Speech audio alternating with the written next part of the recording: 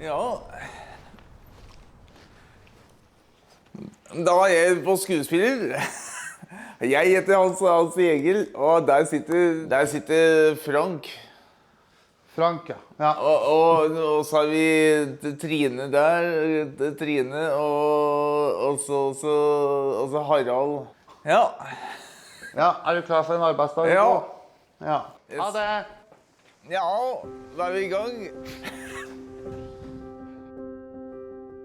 PAS handler om å øke livskvalitet.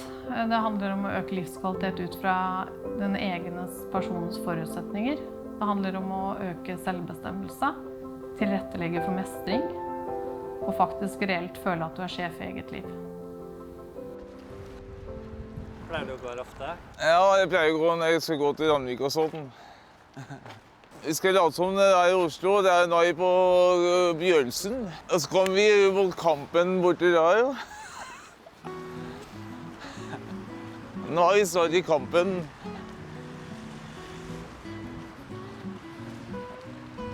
Nå er vi i Kampen.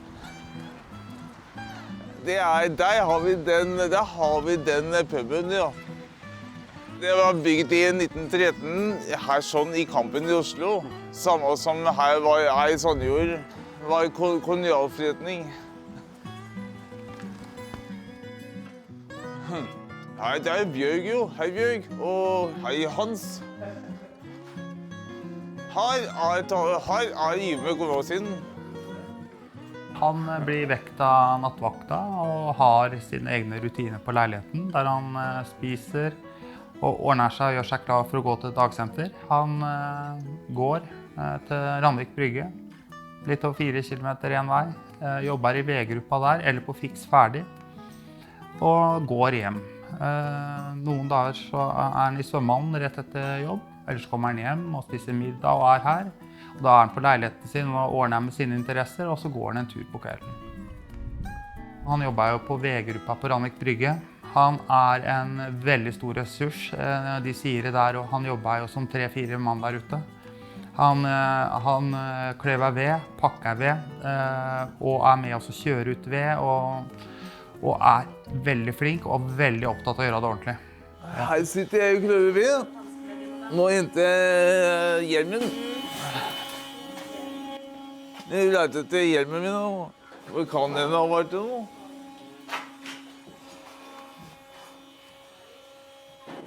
Jeg får bruke den der også.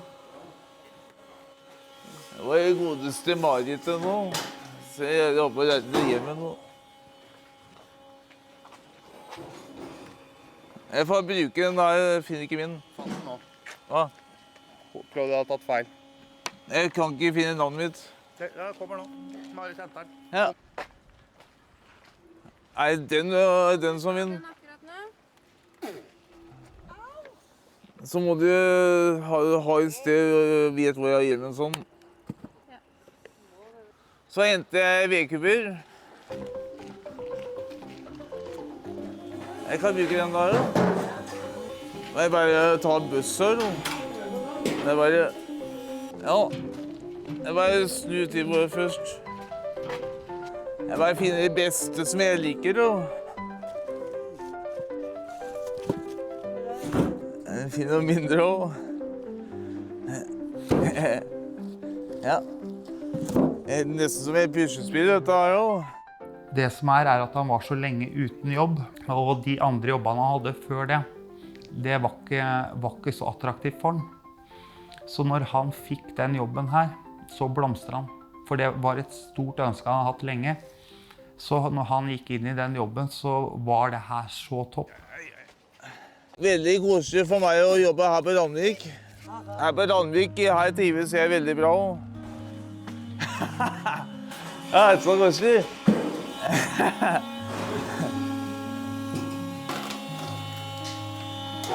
Det er koselig å være her på Randvik. Oi.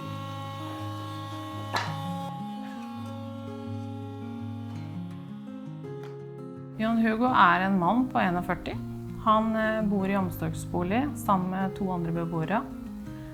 Han er god verbal, han er god til å være sammen med folk. Han har mange interesser. Han er glad i å svømme. Han er glad i å være ute. Han er glad i å være på klubben. Han er god til å fremme sine egne ønsker og behov. Han er som en vanlig mann i gata. Han er glad i å drikke øl. Ja, 3. Hei, velkommen. Det skal være 3 løsøl, ikke hele 6-år. Nei. Den river vel folk av søpla, vel? Han er kvittering. 50, ja. Han har mye meninger om eget liv som han ikke nødvendigvis har fått fram tidligere.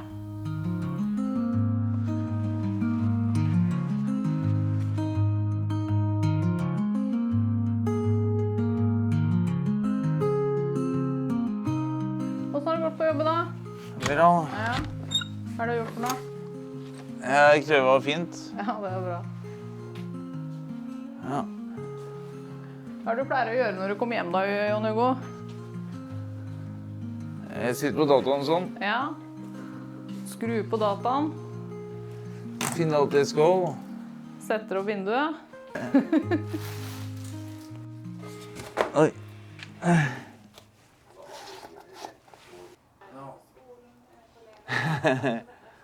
Ja. Vi skal også på fellesen og ha liten møte med de også. Ja, vi snakker litt sammen etterpå, ute på fellesen. Ja. Ja. Vi har hatt mange diskusjoner som har gått ut på hva er livskvalitet, hva er personsentrerte tjenester, hvordan kan vi tilrettelegge for mestring, hva er et godt liv for den enkelte som bor her. I forhold til tiltaksplan så har Jon Hugo en mye større innvirkning enn det han noen gang har hatt. Han har ikke hatt noe påvirkning på tiltaksplan og de tiltakene som har gjeldt han. Ja. Nå skal du tenke deg godt om. Ja. Før. Hvordan synes du det var å være sammen med personalet da? Ikke noe behagelig Det var ikke noe behagelig den gangen. den gangen. Hvordan synes du det er med personalet nå da? Bra. Det er bra. Kan du si hvorfor det er bra? Klarer du det? For at jeg har fått lov å bestemme hverdagen min selv. Hva er det du bestemmer i hverdagen selv nå da? Alle særintressen er som det skal, helt normalt. Det er helt normalt. Ja. Er det noe annet du bestemmer da? Helt trygt. Det er helt trygt. Men er det noe annet du bestemmer? Jeg bestemmer å gå tur og sånn. Ja. Nå går du turer alene. Ikke sant? Ja, men etter hvert så vil jeg jo øve på å gå alene, helt alene i svømmehallen, ikke noen varme og sykt hjemme i bygården. Ja, det har vi snakket om, og det skal vi øve på. Bare ta... En ting av gangen. Helt riktig. Jon Hugo han lærer ved at han får støtte og veiledning og hjelp før han skal ut og ta et valg. Han trenger tilpasset informasjon, han trenger noen konkrete verktøy i forhold til for eksempel når han skal ut og handle, at han får med seg noenlunde riktig pengesum. Han trenger kanskje hjelp til å vite hvor han skal kjøpe det, hvis det er noe ekstra han skal kjøpe som han ikke kjøper i det daglige. Når han har tatt dårlig valg, så trenger han at folk møter han på en åpen og vennlig måte. Han trenger ikke et kontrollerende og oppdragelsesperspektivet når han blir møtt og har gjort dårlig valg. Han trenger å vite at han kan gjøre det bedre neste gang, at han ikke er et dårlig menneske fordi at han gjorde et dårlig valg. Tidligere så hadde han jo avtalestyring og belønningssystem, så hvis han ikke gjorde det han skulle, så fikk han noe som ikke heter godkjent. Dette kunne... Før så var det sånn at han tjente seg opp til å se på nyhetene her klokka 9. Det kunne ende med at han ikke fikk lov til, for eksempel. Og det kunne være av de minste grunner. For han ikke hadde vasket klærne eller snakket om ting han ikke fikk lov til. I forhold til temaer som han kunne snakke om, så var det avtale på hva han ikke kunne snakke om. Han skulle ikke snakke om været, han skulle ikke snakke om høytider, han skulle ikke snakke om enkelte matvarer. Og han hadde miljøregler som var opp mot resten av beboergruppa på boligen, litt for å passe drift og bemanning. Han hadde mye aktiviteter som var sammen med de andre beboerne, ikke noe som nødvendigvis han interesserte seg for. Han hadde liten mulighet til å påvirke eget liv. Vi bestemte når han skulle vaske klær, hvordan han skulle brette klærne, hvordan han skulle legge de inn. Ja. Han har ikke fått muligheten til å kunne velge på den måten du og jeg kan velge våre valg. Han har ikke hatt lov til å drite seg ut tidligere. Han har blitt stoppet i det som har vært vanskelig for han. Når han har vært i konflikt med personalet, så har han jo, han har blitt sinna. Han har dyttet personalet ut i veien. Han har gått etter strupetak. Vi har vært bekymret når han har vært på kjøkkenet, i nærheten av kniver når han blir sinna. Han har gått etter oss for å ta oss. Det er på det verste. Selvfølelsen hans var nok, jeg vil kalle det på bånd. Den var ikke bra. Man merket det på det, med angst og stress. Og man merket det veldig når han var stresset på at han pratet mye, han svettet. Ja, han klarte ikke å stoppe å prate. Han måtte ha masse svar. Ja.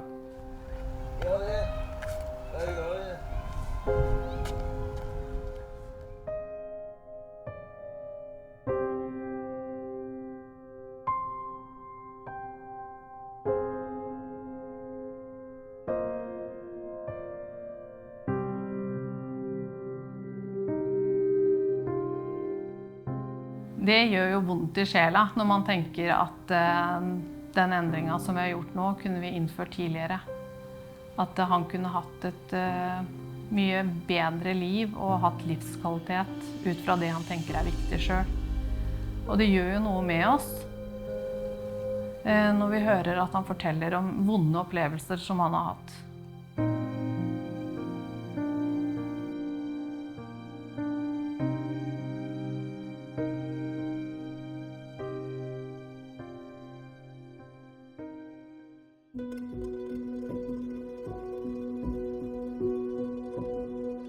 Da vi skulle starte å implementere PAS på Karrisletta, så levde Jon Hugo et liv hvor veldig store deler av livet handlet om hvilke valg han tok og hvilke konsekvenser det fikk.